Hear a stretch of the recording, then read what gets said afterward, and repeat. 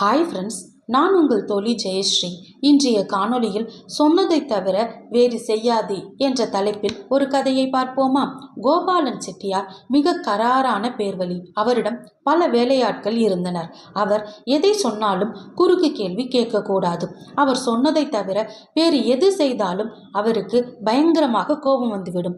அவரிடம் ஒரு கணக்கு பிள்ளை இருந்தான். அவன் செட்டியாருக்கு பாடம் புகட்ட வேண்டும் என்று நினைத்திருந்தான். ஒரு நாள் செட்டியார் வெளியூர் போவதற்காக இரட்டை மாட்டு வண்டியை பூட்டச் சொன்னார். கணக்கு பிள்ளையே அந்த வண்டியை ஓட்டிக்கொண்டு போனான். காட்டு வழியில் போகும்போது செட்டியாரின் அங்கவஸ்திரம் மெதுவாக நழுவி வண்டியிலிருந்து கீழே விழுந்து விட்டது. இதை பற்றி சொல்லி செட்டியாரிடம் வசவு வாங்க வேண்டாம் என்று நினைத்த கணக்கு பிள்ளை தான் பாட்டிற்கு வண்டியை ஓட்டிக்கொண்டு போய்கொண்டிருந்தான். கொஞ்ச நேரம் கழித்து செட்டியார், என் அங்கவஸ்திரத்தை பார்த்தாயா கணக்கு பிள்ளை என்று கேட்டார். உடனே கணக்கு பிள்ளை, அது வெகு தூரத்துக்கு முன்னையே விழுந்து விட்டது ஐயா என்று பதில் சொன்னார். ஏன் என்னிடம் சொல்லவில்லை?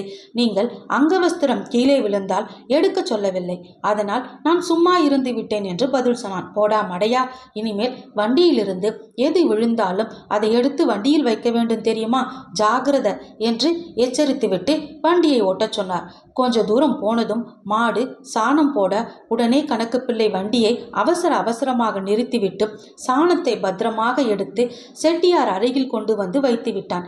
செட்டியார் ரொம்ப கோபப்பட்டு, என்ன கணக்கு பிள்ளை, சாணத்தை கொண்டு வந்து என் பக்கத்தில் வைக்கிற என்று அதட்டினார். நீங்கள் தான் வண்டியிலிருந்து எது விழுந்தாலும் எடுத்து வைக்க சொன்னீர்களே, அதனால் தான் கொண்டு வந்து வைத்தேன் என்று கணக்கு பிள்ளை மிக சாதுவாக பதில் சொன்னான். அட முட்டாளே, அதற்காக இதையா கொண்டு வந்து வைப்ப என்றார் செட்டியார். அப்படியானால் எது எது விழுந்தால் எடுத்து வைக்க வேண்டும் என்று ஒரு லிஸ்டை போட்டு கொடுங்கள் என்றான் கணக்கு பிள்ளை.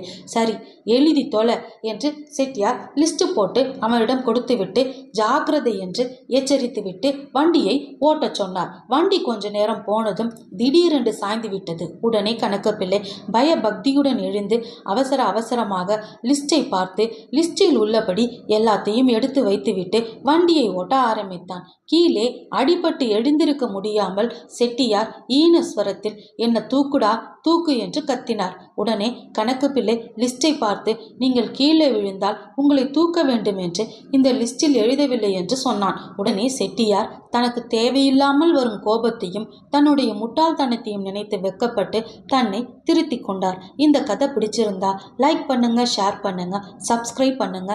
நன்றி நண்பர்களே.